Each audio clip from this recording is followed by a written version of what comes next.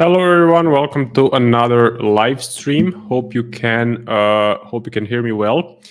So today we're gonna cover our classic live trading pairs, which are 6 Forex currency pairs. Let me put them up on the list for you.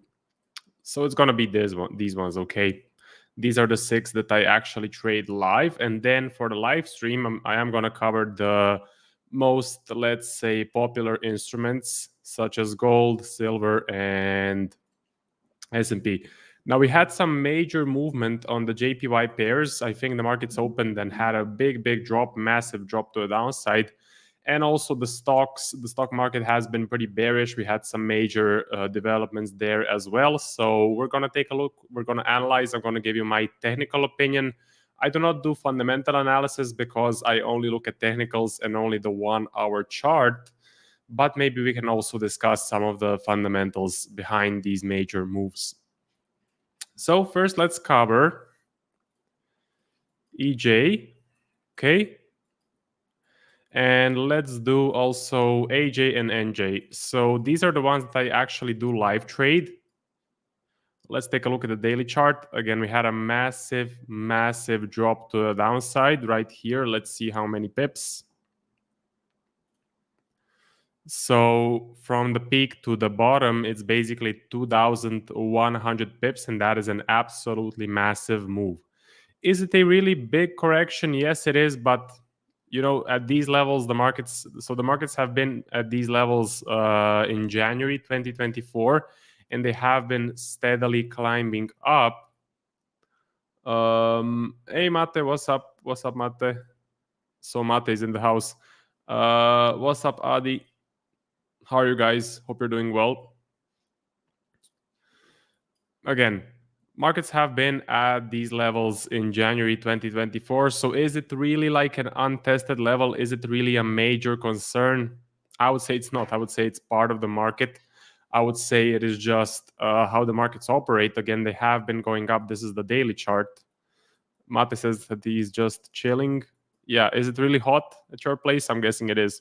I'm back in Zagreb and it's really hot here. It's crazy. The markets have been steadily climbing up for a long time now, so a correction is kind of not surprising. I mean, we cannot go up forever. We must correct at some point. So a massive move. I did take a short trade on, I believe, EJ and the Aussie Japanese yen. I did make some really good percentage. So yeah, that is the story for the JPY pairs. I did not extract any percentage from this last move, okay, but I did take a short. Where was it? It was here. No, it wasn't here. It was here, I believe. I did take a short trade right here, banked a little bit of percentage. And on AJ, 36 degrees. Whoa, that's crazy. So 36 degrees in Budapest. God damn, that's really hot. I'm sorry to hear that. Yeah, but on AJ, I had a big winner. I think it was a flag right here. Was it here? No. It was here. So took a flag sell setup right here, which was a absolute no-brainer, and I was able to bank. I think it was 7 or 8%. So that was a really nice trade. But as you can see, markets have been just heavily dropping. So let me do my forecast on the euro and the Japanese yen. Since we already analyzed that, did I take any trades in the last week? No, I did not, because we were kind of correctively moving down. We weren't in a crazy strong downtrend like you could have seen in 2 weeks ago. But we were kind of breaking the lows and breaking the highs, breaking the lows, and again broke the high here, retraced. So very correctively moving down, and that is not something that really fits my plan. That is not something where I can extract a lot of percentage. So that is unfortunate, but it is what it is. Current price, we had a big drop to the downside. Again, that is the market open, I believe, right on Monday. Yeah. And then we corrected up.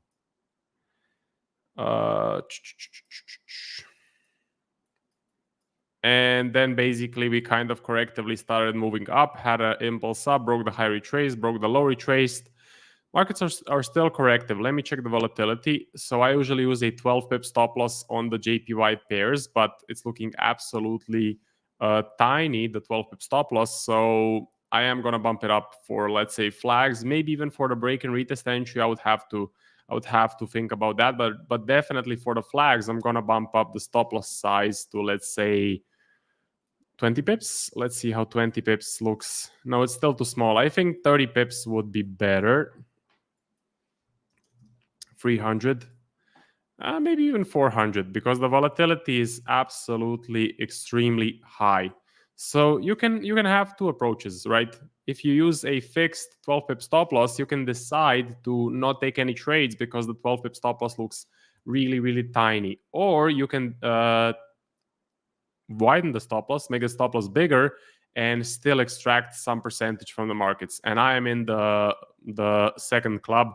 I would much rather have a bigger stop loss of, let's say, 30, maybe even 40 pips and make, let's say, I don't know, 3 or 4%, than stay out of any setups and make 0%, because that makes zero sense. Because you know the price action, you know the patterns, you kind of know the probabilities, you know where your edge lies. So why not utilize your edge? Why not still take a trade with a bigger stop loss than just not trade at all because your 12 pip stop loss looks too small? So I used to have that approach. I have changed my mind. I have changed my trade plan now as well to a variable stop loss size for the JPY pairs. For the dollar pairs, which are not currently volatile, I am utilizing my 10 pip stop loss, fixed stop loss, and I'm not going to change it unless you get some crazy, massive moves like we saw here. Like, let's say this leg was, I don't know, 576 pips. So that is absolutely massive. Also, I want to take a look at the S&P. 1 hour. Let's start on the daily. So the daily had again a massive drop. So the stocks had a massive sell-off, as we can see right here. Let's measure it. So it was like a minus 10% move on the S&P 500. Now that is absolutely massive. That is a big moves. But again, if you compare it to the prior price action, because we always must take a look at the larger picture as well. If you're looking at these bigger time frames, so prior price action looks like Aussie US dollar a bit. S&P prior price action looks like Aussie US dollar a bit. Kind of. Yeah, they kind of move more corrective, I would say. The trend looks more corrective. So the S&P on this daily chart, again, it had a big move up. I mean, it has been pushing up for a really long time now on the daily. If we just measure it, let's say from this bottom, 54% from, let me see, when was this? 31st of October 2022. Okay, let's take a smaller measurement. Let's take January of 2024. So somewhere around here, 20%. So a correction is going to happen. I mean, it's not like we dropped like during COVID. If you take a look at that, 2020, see? This is COVID.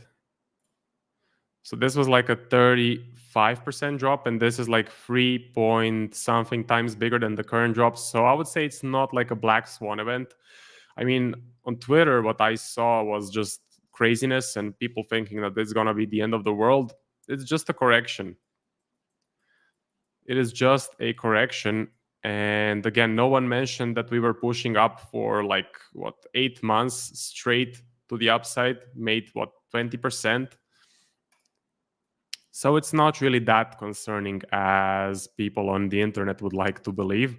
It is just part of the game. It's just part of the markets. What do I see here just by looking at the pure technicals? Just by looking at the pure technicals, well, I can see sellers are still in control. I mean, the current daily candle is printing a big rejection. It is pretty big, but I would say the sellers are still in control, especially with these major candles going down right there. I would expect more downside as it stands. So as it stands currently, I would expect for the price to push down a bit more. Again, I do not know anything about the fundamentals, and to be honest, I don't care. But this does look pretty bearish right now just by looking at the technicals. 4-hour has definitely had a shift in momentum to the upside, printing some bullish pressure, and the 1-hour, which I usually focus on, yeah, it kind of looks like the Aussie and US dollar, like Mate said, meaning that it is kind of ascending in an ascending channel. So I would not be surprised if the ascending channel does continue and then we reverse in the opposite direction. All right, I would not be surprised if the market does something like that. So that would be it for the S&P. Matek has a question. So 1 year is enough to build the 1 million funding in challenges. I would say 1 year, depending on the strategy that you employ. Again, and on depending on the market conditions as well. I would not really say it is a guarantee that you can have a 1 million in funding. I would say you would need very good market conditions and you would need some luck to be on your side. So you would need like a big trending year in order to get that much funding. Yes, it can be done. It is not impossible. It is not extremely hard, but I would say not every year is going to be profitable enough. Only the Zentum strategy, yeah, 100%. But not every year is going to be profitable enough for you to pass a lot of challenges and get a lot of payouts. 2024 has been really good to me. We had some really nice trends. I had some really nice trades. But 2023, January was absolutely massive. I made like 60 or 70%. And then we had a bit of a quiet period. And then later in the year I did have some good months, such as October and I believe December. But between January and let's say September, October, it was pretty quiet. The trends were not that strong. We did not have a lot of high probability entries. And it would be tough to get 1 million in funding because if you have just, let's say, 2 to 3 months, 2 to 3 massive months, well, it's tough to pass the phase 1 and then pass phase 2 and then buy more challenges, because if you have one big month, usually you're going to pass just one phase 1, right? With that big trade, it is going to pass your phase 1, and then you still need another big month, another big trade to pass the phase 2. And then to actually get some payouts, you would need a third big month. So yeah, not every year is going to be massively trending, but that doesn't matter. Again, now all of the challenges are no time limit. I don't believe any prop firm has a challenge that is lower, that actually has a time limit. So you just need to keep executing, just need to keep following the plan, and sooner or later you're going to pass those challenges, you're going to get funded, and you're going to be able to get some nice payouts. So Mate says, I'm now in like 5% profit. Nice. Is it on a 100K FTMO?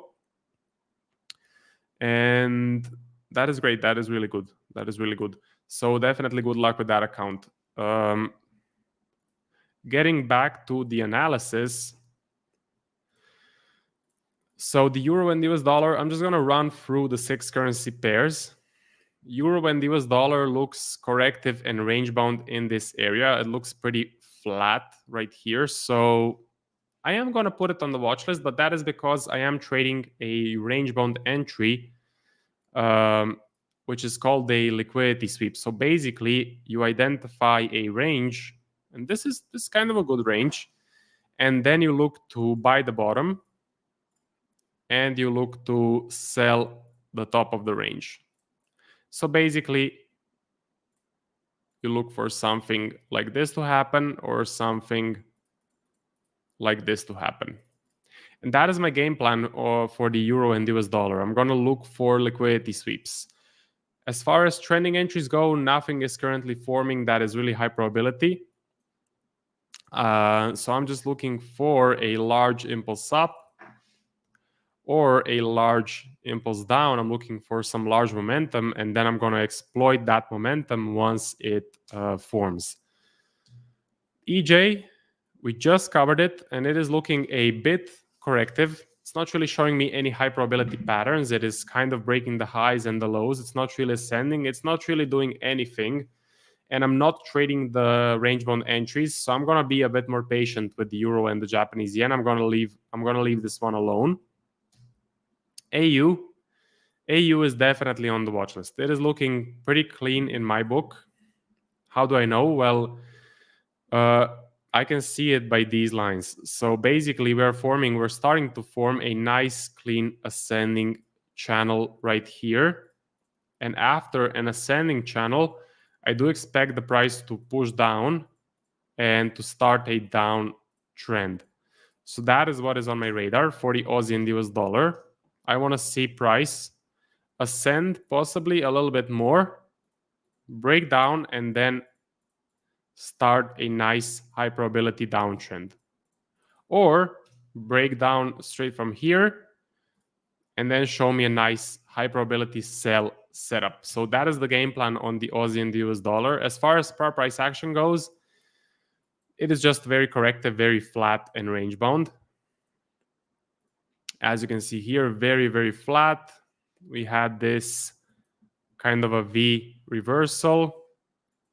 Nothing much in the par price action. I'm not seeing any high probability patterns. So the only thing I'm focusing on is this part right here.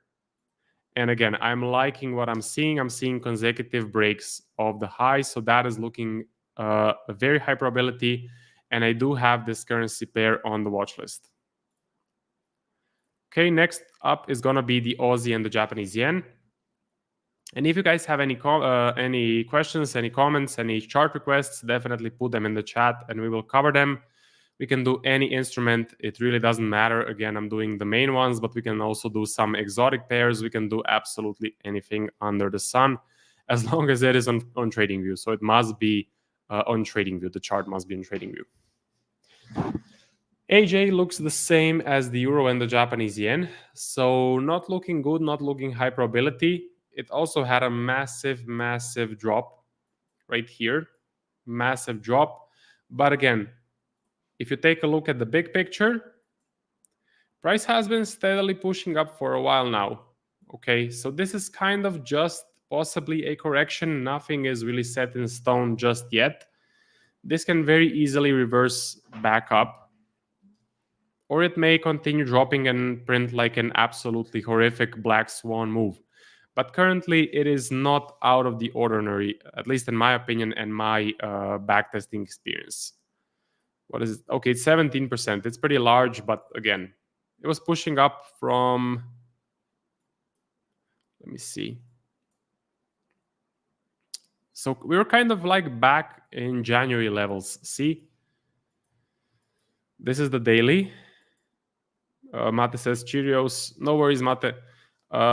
See you in the call later. So we have a Zentum call today with our members. I think it's at 6 p.m. London time. Yeah, that's it. So definitely see you in there. See, this is January 2024, and we are kind of in the same levels. So it's not that concerning. But yeah, the 1 hour for entries, it looks too corrective. I'm not seeing much. And yeah, I'm going to be more patient on the Aussie and the Japanese yen. We're breaking the highs, breaking the lows, breaking the highs, and just retracing here as well. Broke the high, retraced, broke the low, retraced. I would expect more range-bound price action. And I'm not going to put this currency pair on the watch list. It doesn't look high probability right here. Okay, then we're moving on to the pound and the US dollar. Let's see what this pair has been doing. I'm just gonna go grab a glass of water. I'll be back in a second.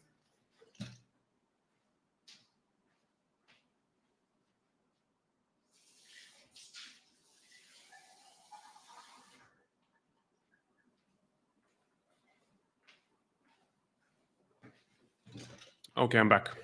Must not forget the water, otherwise I can't speak. Pound. Not much. Flat, corrective, and range bound. Broke the low here, retraced here as well. I mean, it never really showed much commitment.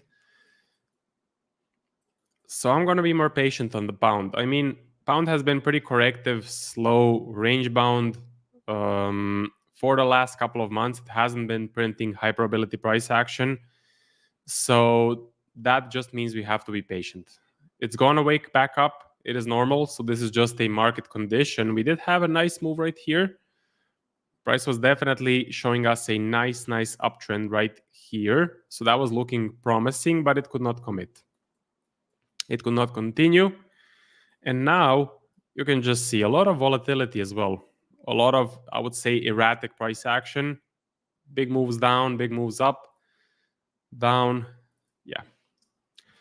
Corrective, definitely not on the watch list. And I'm expecting a range like this. And I'm looking for just a large push up or a large push down and just large momentum up or large momentum down. So looking for the price action to clean up a bit. Next one, we have the New Zealand and the Japanese yen. And it's looking pretty much the same as the Aussie Japanese yen.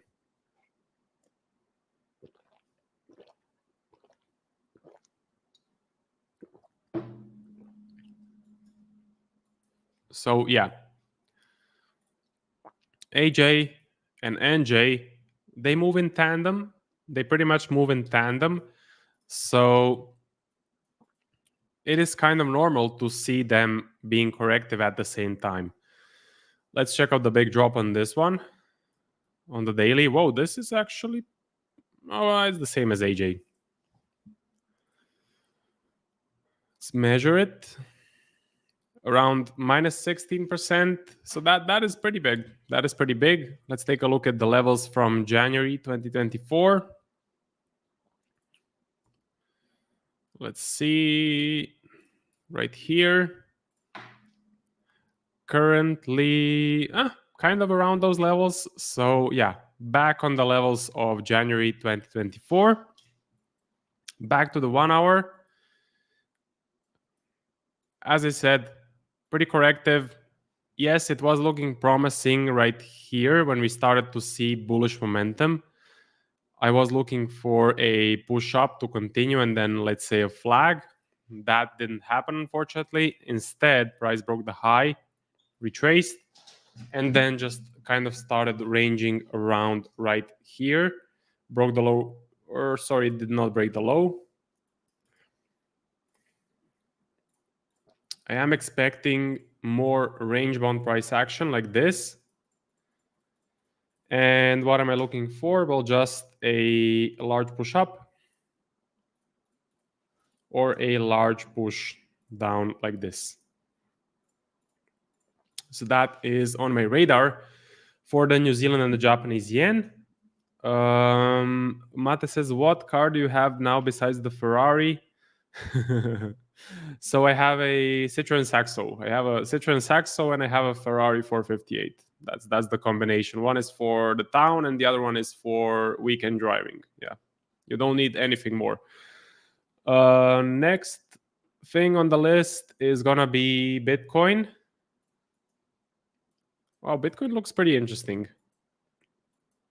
So Bitcoin looks pretty similar to the S&P. Is that right? Yeah, kind of similar. Kind of similar. So I think we need to analyze the daily for Bitcoin because it definitely had a big, massive drop.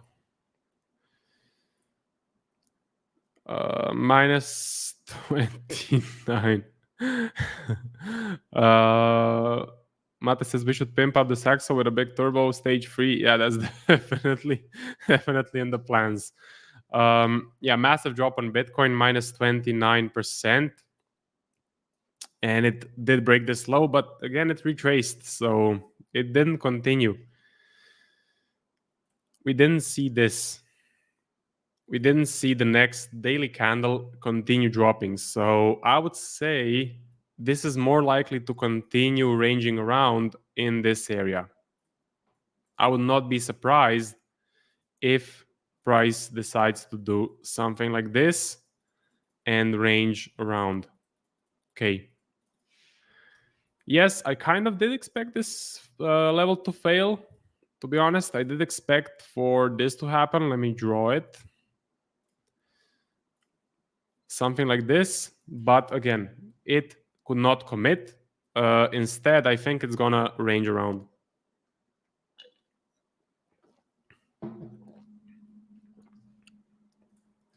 And you can kind of see the correlation between the S&P and Bitcoin. Again, massive drop on the daily, minus 10%, and Bitcoin also massive drop. So Bitcoin as well as stocks are a risk-on assets. So when everyone is feeling, let's say, good, they are feeling like they want to invest, the interest rates are pretty low, the economy is good, the economy is booming, a growth is expected, okay, in the economy, well, then risk-on assets tend to have a massive uptrend. So because the stocks were rallying right here, Bitcoin pretty much followed them with this rally, right? And now we're kind of entering a risk-off time, let's say. So the S&P is having a correction. Again, there is an election coming, US election, the most important election in the world. And it is pretty uncertain. Both candidates are kind of, I would say, strange. I mean, there is a big polarity for the left and the right. So no one really knows what's going to happen.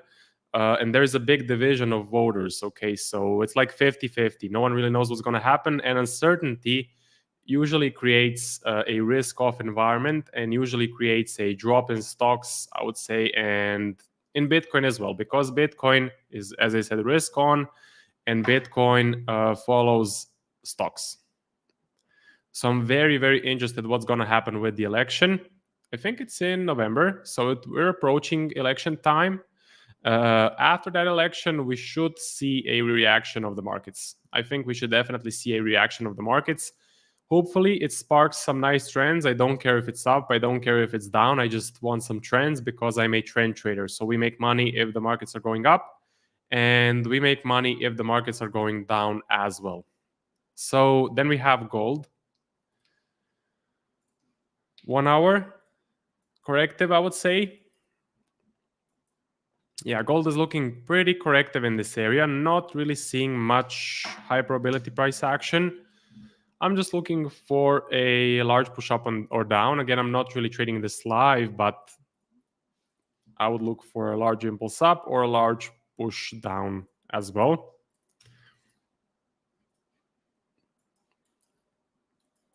Four hour is flat right here, flat and range bound. And the daily is really what you want to focus on. The daily is also flat. So looks pretty similar to Bitcoin on the daily, right? Flat. And then gold is flat as well. So I want to see price break these levels. I want to see price break these highs and then show us some nice bullish price action. And then some nice bullish entries along the line, along the way. Okay, so basically, I want to see this happen. I want to see this happen again. And I want to see price break the highs or the lows with some major momentum. Otherwise, this is a pretty range-bound market. And there's really no telling if it's going to go up or if it's going to go down. I believe in risk-off environment, gold usually goes up because it is kind of a safe haven. At least that's what I believe. That's what I remember from my university classes.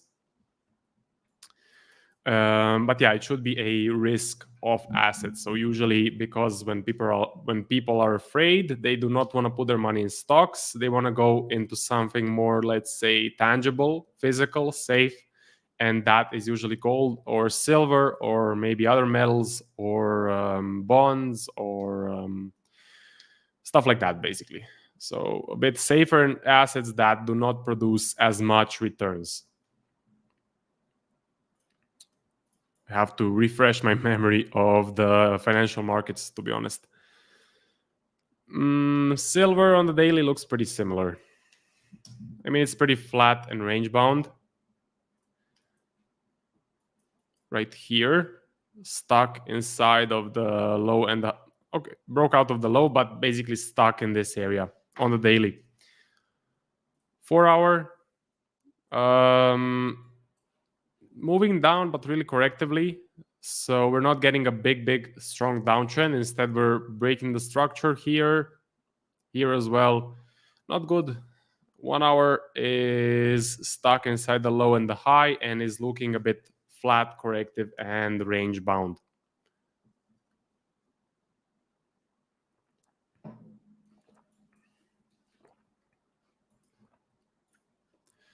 Okay, NASDAQ on the 1 hour, same as S&P, Yeah, it's looking the same. 4 hour, moving down, but now we are seeing a shift in momentum. We're seeing a, I would say, considered buying pressure right here. Yeah, I would say so. Daily, dropping down. It had a big drop.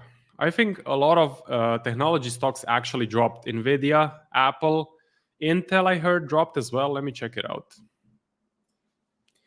Intel Corporation. Oh, damn. Intel is in trouble, goddamn. Let me see. From the peak, minus 62% from the 27th of December 2023. Whoa, Intel is pretty bad. So not a good look for Intel. Looks like Nvidia is crushing them. Let's check it out. Nvidia Corporation. Yeah, Nvidia is a much better story. I mean, it had a massive uptrend, massive percentage, massive growth, and just I would say a small correction. Not really a huge correction. What is it? Okay, 34%. Yeah, it's big, but when you compare it to the uptrend from the January of 2024, it looks good. Okay, S&P. No, sorry, NASDAQ. Yeah, big drop on NASDAQ. I think we are approaching. No, we're still above. We're still above the January levels. See, this is January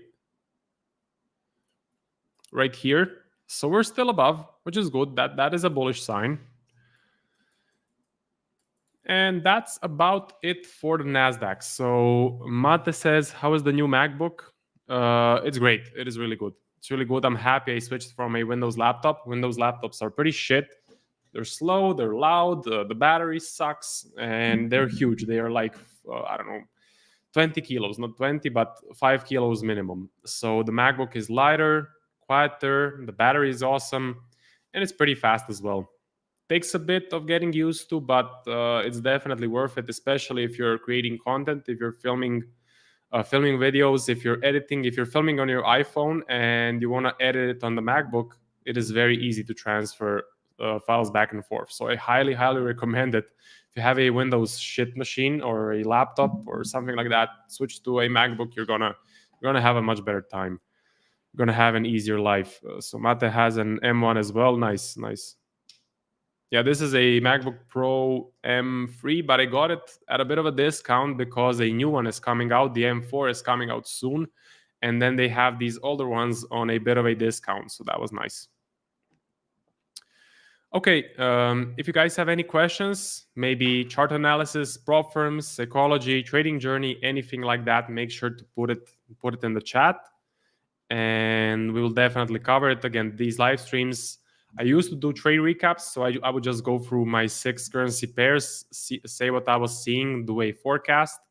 But that was kind of boring, and there was no interaction. So I now started doing these live streams to get a bit of more interaction from you guys, get some questions, help you guys a bit better, let's say. I think these live streams could be a bit more helpful for you and also a bit fun, a bit more a bit more fun for me as well, because just filming the recaps, it gets really boring.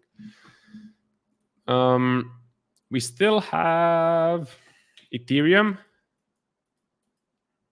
on the daily, pretty bearish, I would say. It looks even more bearish than Bitcoin. Yeah, it looks more bearish. It broke these major lows and actually continued. See these lows? And it actually continued dropping with a massive red candle. So that is a bearish scenario. And it looks worse than Bitcoin. The uptrend was not as big as on Bitcoin, I believe. And now the breakdown is pretty significant. So a bearish scenario on Ethereum. DXY, dollar index, it's flat. I mean, it's flat and range bound. I'm not really seeing much. It's really tough for me to analyze the dollar index because it just moves like this. I mean, it doesn't move. It doesn't really move. It just ranges around. The last big move was this uptrend, which was massive, and then this downtrend, which was pretty significant as well. But from, I would say, February 2023, nothing much was happening. We were pretty flat, just going from the bottom to the top, bouncing in this channel, basically. So that's it for the dollar index. US oil, we still have US oil on the list, so that is going to be the last one for today. Let's start with the 1 hour. Pretty flat and range bound in this area. So I'm just looking for a large push up or a large push down. 4 hour is descending. So I would expect a potential move up, but it is not a clean descending. A clean descending channel would be like this. Just breaking the lows, barely breaking the lows and retracing. That is a clean descending channel. This is pretty, I would say, erratic price action. Not erratic price action, but it is not clean price action. We broke the high here, broke the structure, broke the high here, retraced, broke the high here, retraced, here as well, retraced. So it's not looking that clean. Daily. The daily is, I would say it's flat, to be honest. Yeah, I would say it's pretty flat. I mean, the last massive movement we had was back in 2021 and 2022. But now we're same as the dollar index. The volatility is kind of dying down a little bit. Okay, it's kind of looking flat. If you want to check out the volatility of kind of the whole market, you have this indicator that is called the VIX. Okay, it is a volatility indicator. Is it this one?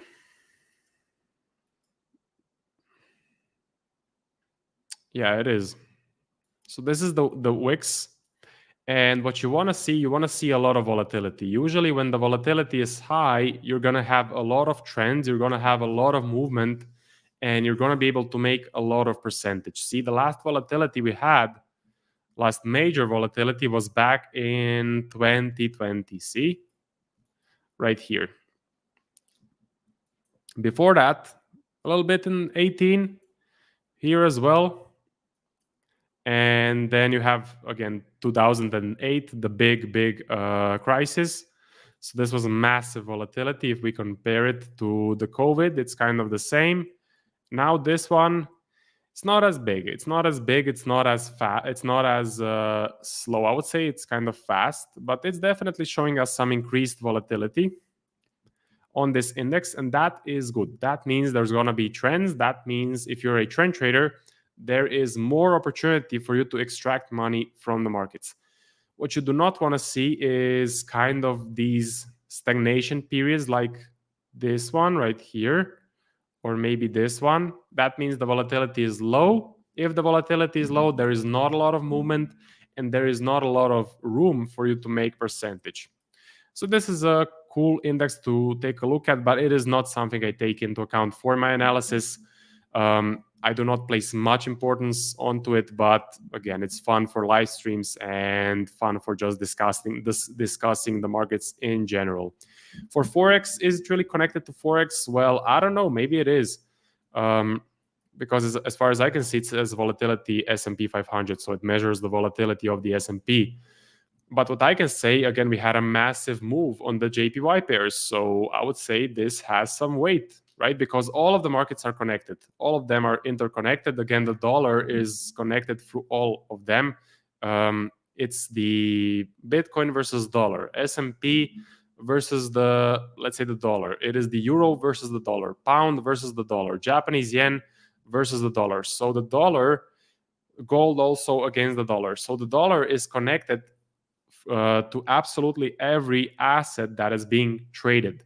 So if you see volatility on one asset, it can be very likely, especially the one as big as the US stock market, it is highly likely that you're going to get volatility on possibly some other currency, some other instruments as well, such as Forex, such as the, let's say, USD JPY, which I do not trade, but again, massive drop, massive volatility. S&P, massive drop.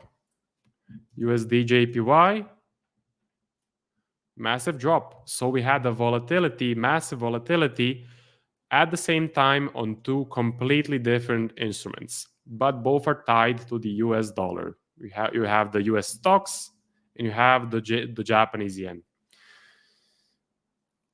So every single market is connected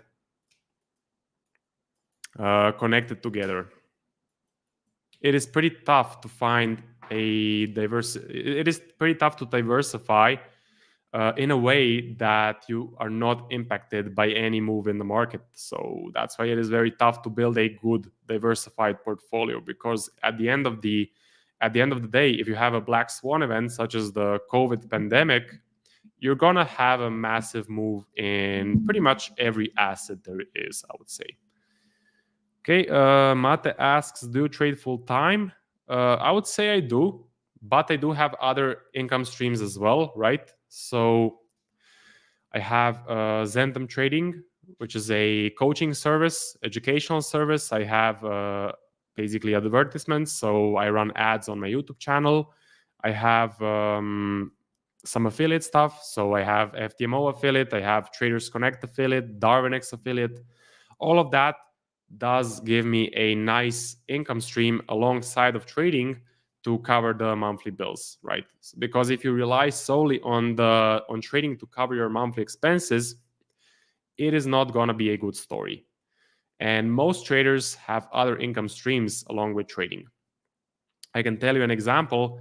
Even the guys that are trading for, let's say, 10 or 12 hours per day, so like doing only trading at a prop firm such as, let's say, SMB Capital, well, they do have a monthly salary. So even if they are negative at the end of the month, they do have a monthly salary to cover their basic monthly expenses. So the psychological impact of needing to make money, of needing to cover the expenses, is not as big, because they do still have that monthly wage to get them through the more quieter weeks, the negative weeks, maybe even the negative months. So it is very smart, and I would say it is a must. I would say it is like you need to have another income stream. Otherwise, it is tough to succeed. You're just going to have too much psychological pressure. You're going to force trades, you're going to over risk, you're going to blow a lot of challenges, and you're going to quit trading in the end. So why not just save yourself the struggle and have a full-time job, part-time job, or anything else that's going to cover you, that's going to basically take you through those tough months, and that is going to cover the monthly expenses. Okay, we have some questions. Aquamax says, hi, what's up, Aquamax? Is it Aquaman or Aquamax? Because Mate says Aquaman, so I'm not sure.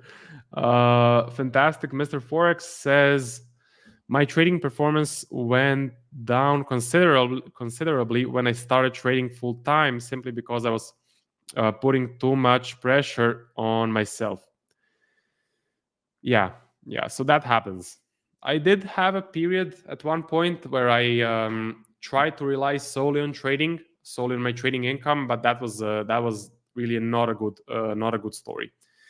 There was just too much psychological pressure. I started over trading. I started taking shitty setups. I just felt the pressure of needing to make money and needing to succeed, and it just led to nowhere. It led to quitting on trading, which I in the end did not do, fortunately, but I did employ multiple income streams to cover my basic monthly expenses. Mata says we have to be pimps. That's an option. And Aquaman. Okay, so it's Aquaman. Sorry, Aquamax, you're now Aquaman.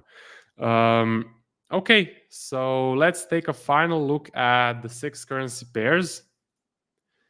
EU still flat and range bound. EJ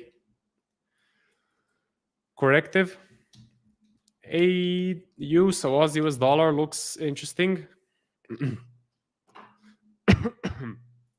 I'm seeing an ascending structure, ascending channel, and I'm looking for the price to ascend a bit more and then reverse down, and I'm going to look for sell setups. Okay, that is the game plan for the Aussie and US dollar. For the ascending to continue, for a big drop down, again, I need the signature, I need the major bearish pressure, and then I'm going to look for a high probability entry setup. AJ, Aussie Japanese yen, is corrective, as well as the Euro Japanese yen. They're looking pretty similar. Pound US dollar looks flat right here in this area. Again, very corrective, not looking high probability either. And NJ looks the same as AJ and EJ. So for today, on the watch list, I have Euro and US dollar, buying the bottom, selling the top, trading the range.